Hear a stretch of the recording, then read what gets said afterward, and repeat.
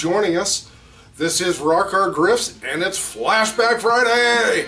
Right on Flashback Friday, we got Stones and Beatles for you. Which do you prefer, one or the other? Does it matter? Do you recognize this guitar at all? This is an Epiphone Casino, first played by Keith Richards, not the Beatles. Then Paul McCartney discovered it, and John did. He removed the finish from his guitar, and it was a natural like this from then on. What a cool guitar. I hope you enjoy the sound of that. So let's talk about the Beatles and Stones. Now, I'm just going to briefly speak about my experiences, my first experiences actually, with both of them. In 1968, I was just turned 5, and I got, for a present for my birthday, a 45 of Beatles' Hey Jude Revolution. And that was my first, of course I'm 5 years old, what do I know? Basically nothing. But that was my first exposure, my first music that I had ever owned, and it was, the Beatles, and it was like mind-blowing. Then after that, I guess my first exposure to the Rolling Stones would have been, I don't know, I probably would have been like maybe 6 or 7, something like that. And my older brother and I had walked to a 7-Eleven right by my grandparents' house where we were spending the night. And they used to sell records then, and we saw this album. It was called Goat's Head Soup, with a picture of Mick Jagger on the cover with like a hat on and like a stocking, or like a lace type of thing over his face. And the song on that of course impressed me the most was Angie.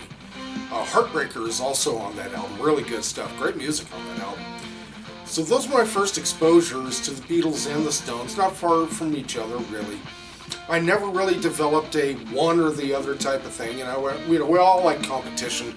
We all like to pit things against each other. The Beatles are the light and the Stones are the dark and that sort of thing.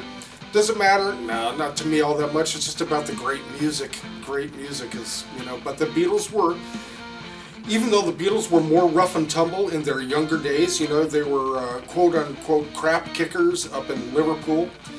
Teddy boys, that kind of thing. They were rough and tumble. They wore leather a lot and carried knives, that kind of thing. And where the Stones were from London, then they were educated and all that sort of thing. Brian Epstein stepped in and, of course, completely changed the Beatles, put them in suits, cut their hair a little bit, at least made them presentable to mothers.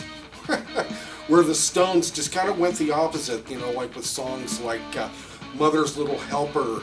And after Keith Richards was arrested for drugs or whatever by Sergeant Pilcher, who was famous at that time, after Keith Richards was acquitted, I guess, he said, now it's time for the bad guy to come out. So the Stones went even darker. They said it themselves. The Beatles are saying, all you need is love, and the Stones are saying, forgive the devil. So whatever that may mean to you, right on, more power to you. But the Beatles and the Stones, you gotta love them both. I do, I certainly do. The Stones are on tour right now. Once again, they're going to be here in Phoenix in August, I believe, which is just next month. This is July 2019. Just amazing. The Stones are still at it. Could you imagine the Beatles still being at it? I don't know. What could you say to them? They still made great music. All of them did, post-Beatles. Would it have been the same? I don't know. Who knows, man? It's a tough call.